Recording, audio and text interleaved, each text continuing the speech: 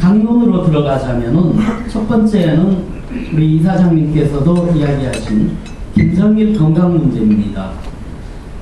김정일의 건강 상태는 완벽하게 회복되었다고 보지 않고 있으며 왼쪽 다리와 왼쪽 팔은 아직도 불편한 상태라고 이해하고 있습니다.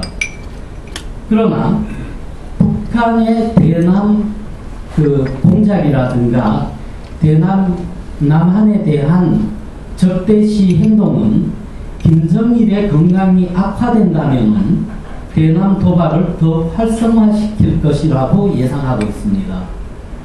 그렇기 때문에 만약에 이번 여름에 북한의 김정일의 건강에 이상이 생긴다면 7월이라도 서해에서 도발을 할 수 있을 것이라고 예상하고 있습니다. 역으로 이야기한다면 북한의 도발이 있으면 어떻게 한다라고 판단하는 것이 아니라 북한이 도발이 있게 되면 김정일 신상에 이상이 있다고 판단하겠다는 이야기입니다. 그리고 김정일 건강에 이상이 생긴다면 한국 내에 있는 친김정일 세력들에게 상식적으로 이해하기 어려운 이명박 정부 흔들기를 북한에서 지시할 것이라고 예상하고 있습니다. 두 번째는 여기자 문제입니다. 한마디로 이야기한다면 미국 정부는 동북아시아에 또 다른 소말리아를 만들 계획이 전혀 없습니다.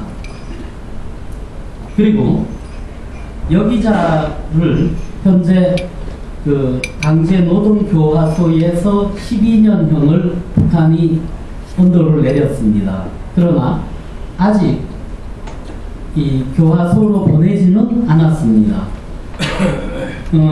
김정일은 공식적으로 북한 내에는 감옥이 없다고 지금까지 주장해 왔습니다. 여기자 2명 문제 때문에 공식적으로 감옥이 있다는 것을 김정일이 인정하고 싶어 하지는 않을 것이다라고 보고 있습니다. 또 여기자 2명의 경험에서 북한의 강제노동교화소의 실체가 밝혀지는 것을 북한이 원치 않을 것이다라고 보고 있습니다. 과거 김일성 시대에 마리아 루이저 린제가 김일성을 만났을 때 김일성이 중앙당 혁명화 교육장을 방문하게 했습니다. 당시에 중앙당 혁명화 농장을 본 루이저 린제는 북한의 감옥이 상당히 좋고 훌륭하다, 시설도 상당히 뛰어나다 라고 얘기를 한 적이 있었습니다. 그런데 북한이 과거에 김일성이 마리아 루이저 린제에게 보여준 그런 교화소를 보여줄지, 안 그러면 여기자 둘을 위해서 또 한 번에 큰 비용을 들여서 쇼를 할지, 안 그러면 진짜로 보낼지, 그것은 북한이 결정해야지 될 판단이라고 보고 있습니다. 그러나 미국의 입장에 있어서 핵미사일 문제와 두 여기자의 문제를 중요도를 본다면 핵과 미사일 문제가 우선순위가 확실히 앞에 있다는 것을 말씀드릴 수 있을 것입니다. 즉 미국의 관점에서 보면은 두 여기자 문제를 우선시해야지 된다, 핵이나 미사일 문제보다가, 이렇게 이야기하는 사람들은 아마 김정일의 지시를 받은 사람들이라고 이해를 할 것입니다. 왜냐하면 미국의 우선순위에서 보자면 핵과 미사일이 두 사람의 인권보다는 훨씬 앞에 나와 있는 우선순위이기 때문에 그렇습니다. 그리고 두 명이 고생해서 죽거나 다치는 일이 북한 김정일 정권에게 도움이 되지 않을 것이다 라고 보고 있습니다.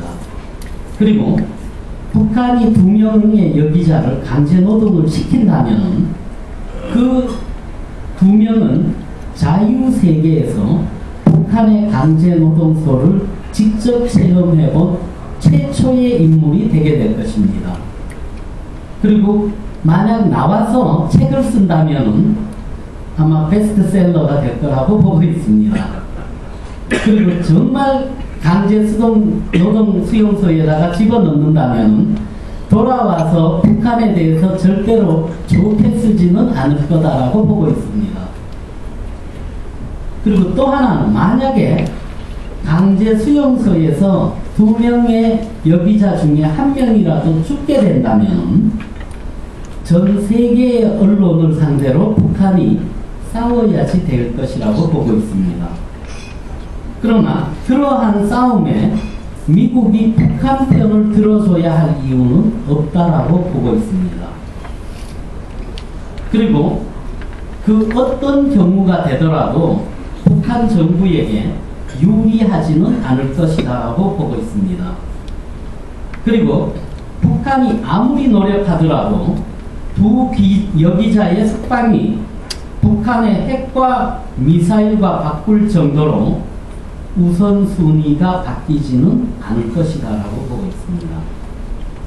한국과 미국의 가장 큰 차이는 한국에서는 핵실험을 하고 미사일 실험을 하고 나서 현대 아산에 근무하는 유모씨 문제를 가지고 이야기를 하고 그 다음에 일부 친 김정일 세력들은 돈을 더 줘야지 북한이 핵하고 미사일을 더 개발할 수 있으니까 개성공단에 돈을 더 주지 못해서 안달을 내고 그 이슈를 핵과 미사일보다가 더 크게 이야기해야지 된다고 주장하고 핵미사일 문제보다는 개성공단에 돈 주는 문제와 유씨 석방 문제를 더 앞세워서 얘기하지만 미국은 우선순위가 한국과 같이 헷갈리지는 않을 것입니다. 또 하나는 미국에는 한국과 같은 친김정일 세력이 없기 때문에 그러한 우선순위의 변화는 없을 것입니다. 그리고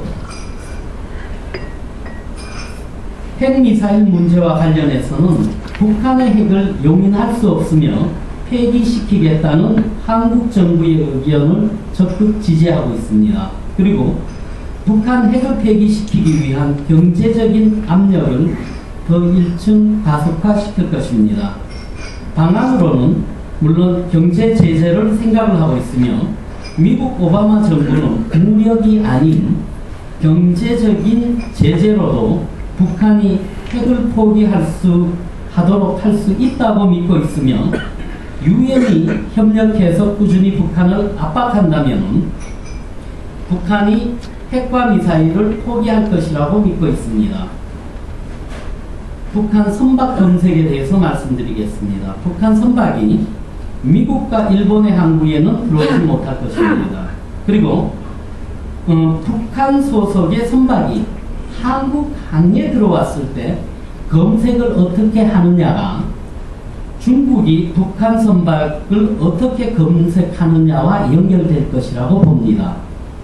골드버그 특사가 중국에 가서 설득한 때에 중국이 미국에게 강력히 요청할 것 중에 하나가 한국과 동일한 수준을 얘기할 것이다라고 예상하고 있습니다.